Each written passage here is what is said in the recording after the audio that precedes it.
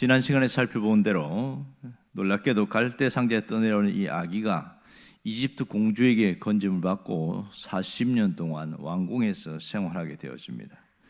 그래서 오늘 이 왕궁에서 생활하는 그 모세의 모습이 나오는데 23절에 보면 나이가 40이 되매 이렇게 이야기를 합니다. 이 말은 왕궁에서 생활한 지가 근 40년이 되었다, 이것을 말해주고 있습니다. 자, 그런데 그 다음 구절이 좀 특이합니다. 그 형제 이스라엘 자손을 돌볼 생각이 나더니, 그러니까 이스라엘에 지금 현재 이집트의 노예로 있는 그 사람들을 자신의 형제처럼 여겼다, 그 얘기를 하고 있는 것이죠.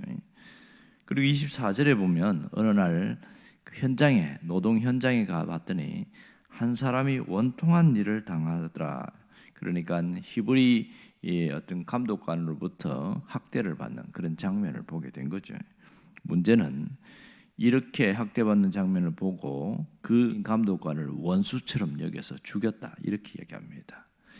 참 이해가 되지 않습니다. 굳이 죽일 필요가 있겠는가? 이 모세가 의도적으로 죽인 것인가, 아니면 실수로 죽인 것인가, 이런 것이 의문점이 되죠.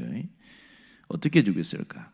오늘 원수로 여겼다 하면 자기가 지금 왕궁의 왕자로 있고 이집트인 행세를 하면서 이집트 옷을 입고 있으면서 이 이집트의 관리를 원수로 여겼다, 이해가 되지 않는 부분이죠. 이렇게 해서 죽였는데, 자, 죽이지 않고 얼마든지 자신의 갖고 있는 왕자의 권위를 가지고 그 관리에게 가서 너 왜 이렇게 하느냐, 얼마든지 다 이러고 조심해라고 할 수도 있는데 굳이 죽일 필요까지 있었는가, 이런 생각을 하게 됩니다. 또 하나는 그 다음 날 이튿날 다시 그 현장에 갔더니 이제는 히브리인들끼리 서로 치고받고 싸우고 하는 일이 생긴 거예요.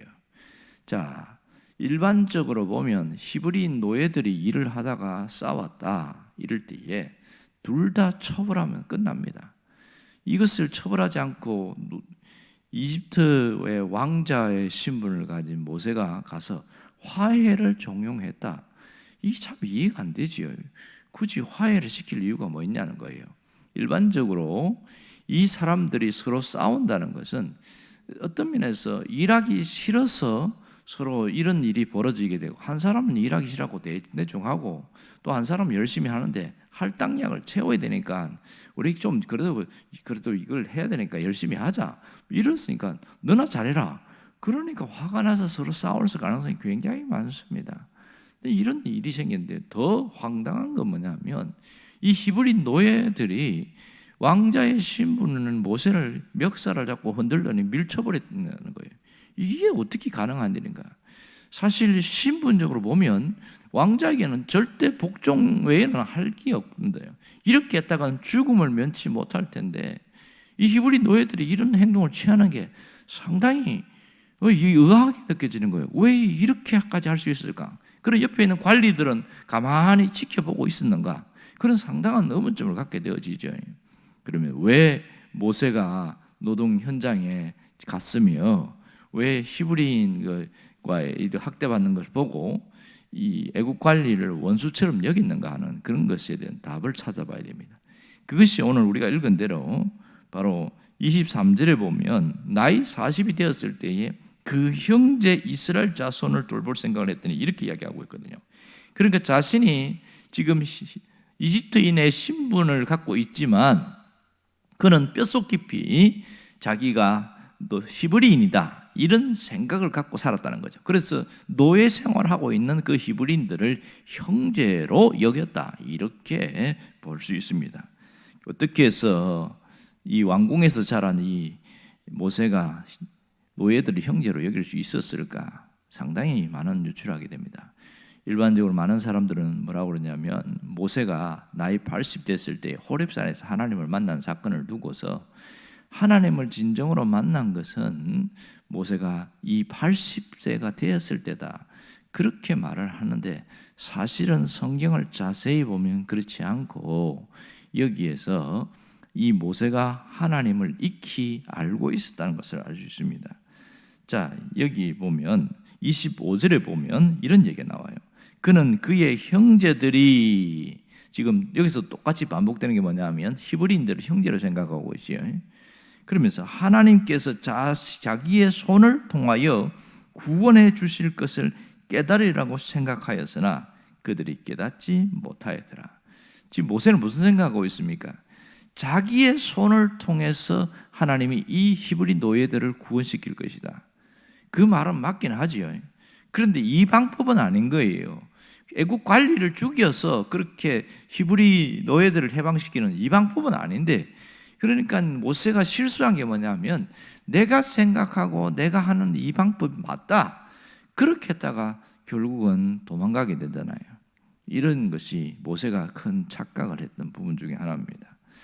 이 모세가 이스라엘이라는 히브리인이라는 정체성을 언제부터 갖게 되었을까, 여기에 대한 것을 생각하게 됩니다. 전혀 이 당시 히브리인들과 접촉할 수 있는 기회가 없었어요. 왕궁 안에만 있었으니까.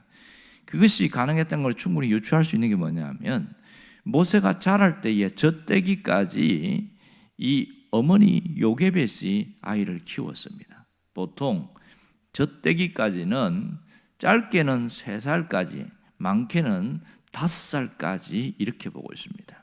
당시의 시대상으로 보면 그렇게 젖을 떼는 기간이 상당히 깁니다. 우리보다는 더 훨씬 길어요. 그러면 그때에 이 어머니가 무엇을 가르쳤을까? 말귀를 알아듣고 아직 온전하게 인격이 형성되지 않았지만 그때에 너의 정체성이, 너는 히브리인이다, 끊임없이 그가에게 얘기해 줬을 거고, 하나님이 너를 도구로 사용할 거야, 그 얘기를 해줬을 가능성이 많습니다. 그렇기 때문에 40이 되은 이후에 드디어 모세가 뭔가를 하려고 움직였던 것을 볼 수 있지요. 그러나 자기 생각대로 되지 않았던 것이 안타까운 일입니다. 지금 모세 안에는 무엇이 있습니까? 숨길 수 없는 민족성이 있습니다. 이 히브리인이라는 민족의 정체성이 모세 안에 있었습니다. 이게 놀라운 특징이지요. 오늘 우리에게도 마찬가지지요. 숨길 수 없는 정체성이 있어요. 그게 그리스도인이라는 정체성입니다. 그런데 현실은 어떻습니까? 과연 그리스도인이라는 정체성을 갖고 살아가는 사람들이 얼마나 있을까, 이런 생각을 합니다. 이 정체성이라는 것은 내가 누구냐, 내가 어떤 사람으로 살아야 되느냐, 그것을 정체성이다, 이렇게 이야기합니다. 그런데 많은 사람들이 두 가지를 갖고 있어요. 하나는 자신이 그리스도인이지만 밖에 나가서는 그리스도인을 숨기려고 하고, 나 예수 믿는 사람 아니야 말은 안 하지만 행동을 통해서 그렇게 하려는 사람이 있습니다. 왜 그렇게 할까? 부자연스럽거든요. 자기가 예수 믿는 사람이 드러나기 시작하면 말하는 것, 행동하는 것 상당히 신경이 쓰이고 또 억울함과 피해를 입을 수 있어요. 뭔가 야단을 치고 싶고 뭐가 하고 싶은데 말을 못할 때가 상당히 많습니다. 뭐 권사가 그 모양이냐 이런 한마디에 그냥 확 기가 죽어버리니까 그 소리 듣기 싫어가지고 아예 아닌 척하고 살아가는 사람이 있습니다. 그런가 하면 또 소수의 사람들이지만 자신의 그리스도인이라는 정체성을 숨기지 않고 끝까지 자기가 지키면서 가는 사람이 있습니다. 우리가 어떠한 면에서 치우치는가 한번 돌아볼 필요가 있지요. 자, 자신이 그리스도인이라는 정체성을 숨기게 되어지면 무슨 문제가 생기냐면 갈등이 있어요. 양심에 자꾸만 양심이 무너지고 내가 신앙인인데 이러면 되나 하는 그런 갈등이 끊임없이 찾아오게 되어집니다. 갈등뿐만 아니라 신앙생활을 잘하는 사람에 대해서 경계하고 그렇게 신앙의 모습을 보이는 사람에 대해서 불편한 생각을 갖고 있는 사람이 상당히 많습니다. 결국은 이 생활이 계속 반복되면 믿음이 무너지게 되죠. 이런 생활을 10년, 20년 했습니다. 과연 이 사람의 믿음이 자랄 수 있을까? 결코 자랄 수가 없습니다. 교회 와갖고는 누구 말처럼 회개하고 또 밖에 나가서는 실컷 지 하고 싶은 대로 하고 그런 사람이 상당히 많습니다. 이게 과연 진정한 그리스도인인가? 그런 고민을 하게 되지요. 우리는 숨길 수 없는 정체성을 가진 자들이라는 것을 알아야 됩니다. 하나님의 자녀라는 정체성을 갖고 있는 자들이기에 숨기려고 하면 할수록 더 힘들어지고 불편해지고 뿌리까지 뽑히는, 신앙의 뿌리까지 뽑히는 이런 일들이 가끔 나타납니다. 그러봤지요. 열심히 교회 봉사하고 신앙생활 잘한다고 하는 사람이 어느 날 교회를 안 나옵니다. 그리고 성경책을 찢어버리고요. 그리고 쓰레기통에 갖다 집어 던져버리는 그런 일이 생겨요. 너무 놀라는 거예요. 아니 저 집사님이 갑자기 왜 그랬을까? 왜 그럽니까? 그러니까 오늘부터 나는 안 믿기로 결심했다고. 너무너무 충격을 받는 거예요. 그러면 이 사람 마음속에 그동안 어떻게 신앙생활하는지를 잘 알 수 있겠지요. 외부의 그 충격 때문에, 어떤 사건 때문에 신앙까지 버리고 하나님도 버리고 하는 그 모습 보면 그 속에 그리스도인은 정체성이 없이 살았다는 것을 여실히 보여주고 있습니다. 우리는 평소에 잘해야 됩니다. 문제가 없을 때에 열심히 신앙을 세워나가는 것이 대단히 중요합니다.